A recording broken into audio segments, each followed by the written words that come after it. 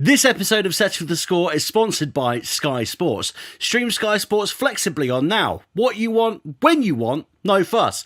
Go to nowtv.com to start streaming Sky Sports today.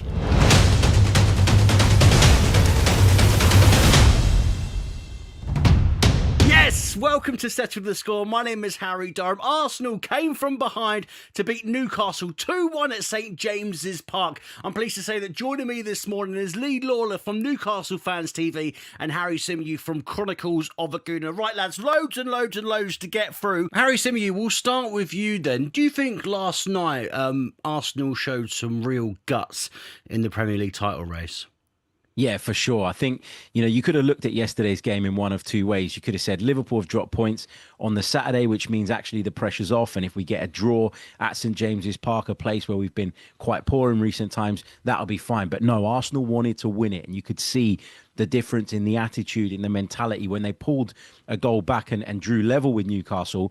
There was a short celebration, but it was all hands on deck, get back to the centre circle and let's go again. And you really got the feeling that Arsenal desperately wanted it. And I think Gary Neville said in his commentary, championship winning sides, they go and win this game. And Arsenal did exactly that. So, there won't be any of that handbrake talk this week. There won't be any of the discussion around the way the managers sort of set the team up and then managed it in game. He got everything absolutely spot on. The players showed that they had the cojones to sort of push right to the end. And in the end, they got what they deserved, in my opinion. Lee, what do you make of that, got what they deserved? Do you think that Newcastle were too flat in the attack and Newcastle probably should have taken a point? I mean, we were speaking earlier.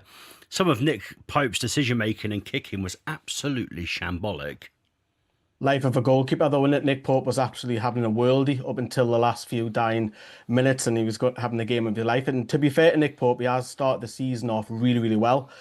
Just life of a goalkeeper, the kicking, just the lead up to the corner kick, and then the corner comes in. He's got to come out and claim that, punch it away. He doesn't, and it goes against when I was surprised how we set up, to be honest. Considering our record in recent times against Arsenal at St James's Park has been absolutely class. And we were very defensive, and I questioned this on our podcast, and we were like, why are we finishing fifth in the Premier League? We've gone in the Champions League and we're playing defensive football against Arsenal. Yes, you can respect the opposition, but everybody hates coming to St James's Park, playing against us in the atmosphere. I was really surprised by it and I didn't like it. I think in fairness, a lot of teams have done that against Arsenal this season. You've seen Liverpool do it even at Anfield. You've seen Manchester City do it. There have been games where the two sides have essentially cancelled each other out. I do find all the Nick Pope stuff really, really strange. I read an article last night that said something like 90 seconds of madness and Nick Pope costs Newcastle the game. If it wasn't for Nick Pope, the game would have been done after 25 minutes because he was in inspired form. So I don't really understand the sort of jumping on Nick Pope's back. I know you're not doing that, mate, but it does feel like online there's a lot of that and it just doesn't make any sense to me. Harry, what people are waiting for is for Ramsdale to come in. Obviously, you'll know better more than anyone else because he's better with his feet. In modern day football, that's how all managers want to play. They want to play out from the back. Nick Pope isn't great with his feet, but as you say, he was having an absolute worldie up until that last few minutes where, unfortunately, he's let a goal go in. But he was, like I say, he kept the score down, so he was having a worldie. I want to talk to you lads about VAR as well and your feelings on it. Harry, obviously the Gyökeres decision when it looked like that Nick Pope brought him down. I think it did bring him down, obviously, and I think it should have been a penalty. And Lee, also the Anthony Elanga decision with Gabriel's arm up in the air. And I know, obviously, everyone's talking about it taking a deflection from the challenge, which would mean if it hits the arm, it isn't a penalty. Harry Symeou, I'll start with you first. Was it a bit of a VAR disaster class at St James's Park? Yeah, I just don't think we know the laws of the game anymore. We don't understand what the hell is going on. I remember last season, Howard Webb sitting there and saying that just because somebody gets a touch on a ball, it doesn't mean that they haven't committed a foul. And I remember that being wheeled out after Arsenal conceded a penalty at Brighton when William Saliba got his head to the ball, but was apparently adjudged to have committed a foul anyway. Right? So I just want to see some consistency. Gyökeres has beaten Pope. He's going around Pope. Pope makes contact with the ball because Gyökeres has kicked it against him, not because his challenge is any good. Okay, that's the bottom line. And listen, if you don't want to give that, fine, but then you can't give the penalty at the other end. And I think that's what kicked in there. If you're saying that Nick Pope's deflection on the ball, because it's not him playing the ball, it's a deflection of the ball, it negates the fact that it's a penalty kick. Then at the other end, you have to look at the deflection off of Gabriel and say, well, that in that instance negates a penalty kick at that end. So like they had to apply that level of consistency in the game, because ultimately for me, they got the first one wrong. Really and truly, they should both be penalties as far as I'm concerned. But in the end, that's not what happened. And I felt like the officials were scrambling to try and find a reason maybe to rule out the Gabriel handball, because they know what they did earlier in the game. And actually, if they applied that same logic, that was the only decision they could come to. Lee, your thoughts on that? Nah, it's not a penalty. The Gyökeres one, he leaves his foot in and he's waiting for Pope to clatter him. I was in the Gallagher. I'm only 10 rows up and I've seen it perfectly. I don't need a replay to say that. So when Gyökeres goes through and Nick Pope does get a flick on the ball, for me, that's the right decision. It took a long time in the stadium. We were like, why is it taking so long? It must have been really, really close. But he came back and obviously didn't give it. The other one, initially in the Gallagher, it clearly hits his hand. So we're all screaming for a penalty, but obviously we don't have the benefit of a replay. And I was speaking to you, Harry, last night. I haven't had the chance to check VAR, but haven't seen it now back. It's a slight deflection that hits his hand. Yes, his hand's in an unnatural position because it's behind his head, but because it's hit another part of his body, that's not a penalty. However, I do agree with Harry with the consistency, because only 2 years ago in the Champions League, same thing happened with Tino Livramento in PSG away from home. And that was given as a penalty when it hit his knee, then his hand, and Mbappe stepped up and got the equaliser. So there has to be consistency with the rules. I mean, we don't even know what they are nowadays. It's ridiculous. Exactly that. That's the point. We don't know what the rules are. And I agree with you on the Livramento one. That was not a penalty in a million years. And the other problem that we have is not only do we have inconsistency within our own league, within our group of officials, we've got it between what's given in the Premier League and what's given in Europe as well. So everybody's a bit confused. Everybody's a bit baffled. It feels like, in situations like that where it takes an age to come to a decision, someone's flicking through a law book and trying to find some reason to justify their initial instinct. But I will say there does appear to be a slightly different law book when we go up to Newcastle, because you can push people in the back with two hands, you can smash into people, and that's absolutely fine. But anywhere else, those things are pulled up as fouls. Joe Linton, for me, I mean, I don't know how he gets away with it week after week. He should have been booked after a minute. He wasn't. The rest of the game goes on. He commits foul after foul. He finally picks up a yellow card on 80 odd minutes. And what does he do? He does exactly what we're told that referees won't tolerate. He sarcastically applauds the referee for booking him, and he's allowed to just walk off scot-free. Now, again, I'm not petty, right? I'm not pedantic. I don't want to see him sent off. But again, where is the consistency? Because we had a couple of players sent off last season for flicking the ball to their right 3 or 4 yards. So that's my frustration. It's not with Newcastle. It's not with any other team. It's with the PGMOL, who just haven't got a lid on our sport anymore. They haven't got a clue what they're doing. They're making it up as they go along.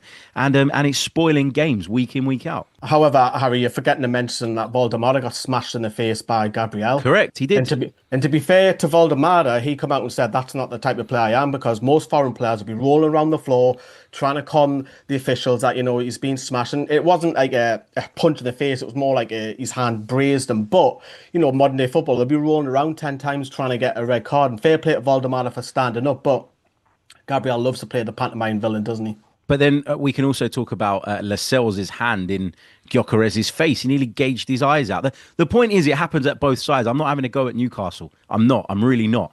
I just think like we've got to a stage where sort of, it's all tribalism. And what that's done, unfortunately, as much as we all love being tribal and supporting and backing our teams, and we're all going to look at every little decision with so much detail, the problem is that the absolute really poor officiating, it just goes under the radar all the time, because we're going to sit here and argue about this one and that one, and ultimately we're providing a cloak for the officials to hide behind and get away with it, because 50% of people will say that's the right call, 50% on the other side will say it's not, and ultimately we're just never going to get a good level of officiating. And that was the big, like, Arsenal were brilliant yesterday, but like I'd be a hypocrite if I didn't talk about it just because we won.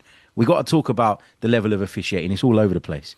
I do think at the same time, obviously, you mentioned Gabriel there. I do think he was pretty pathetic yesterday, obviously. Almost shouting at Woltemade, forcing a handshake when it was like, if you look at the header that Woltemade scored, I mean, Gabriel looking for a free kick to go the other way. Can I say something on that, Harry? No, but the thing is, he's put himself to the floor, and it was such a light push. And obviously, Harry, I've got my receipts with me, and I just found this tweet so funny from you last night. How many times have I got to tell people 2 hands in the back at St James's Park isn't and never will be a foul? Is there a conspiracy against Arsenal at St James's Park? What I know it goes back years. Obviously, if you think about the ball that went out of play, is it now starting to, you know, I can't get it, to be honest with you. I just think a lot of yesterday, especially Gabriel, he's meant to be this hard man, very soft. There's no conspiracy. There's just referees being intimidated at a very atmospheric ground, which happens, right? It's not exclusive to Newcastle. It happens at lots of grounds up and down the country, all over the continent. My point with the 2 hands on the back was not, by the way, in reference to Woltemade on Gabriel for the goal. That was a perfectly legitimate goal. There's nothing wrong with that whatsoever. But if you remember the last time we had a goal, or Newcastle got a goal that was illegitimate, in my opinion. There was 2 hands in the back of Gabriel from Joe Linton. Leandro Trossard was pushed with 2 hands in the back inside the box yesterday as well. Gabriel, in that instance, right, when Woltemade scores, do you know what I think he's done? He has realised that he's lost the flight of the ball. He knows that he is not getting there. He knows that it's going over the top of his head. So as soon as he feels a bit of contact, he thinks, I'm going to just roll the dice here and see if I can get something. That's the kind of S-house that Gabriel is. And I ain't got a problem with him trying it. The question should be whether we defended the situation right in the first place. Legitimate goal, nothing wrong with it. That was not what I was referring to. So your receipts, they don't have the item number on them, mate. They're not good enough.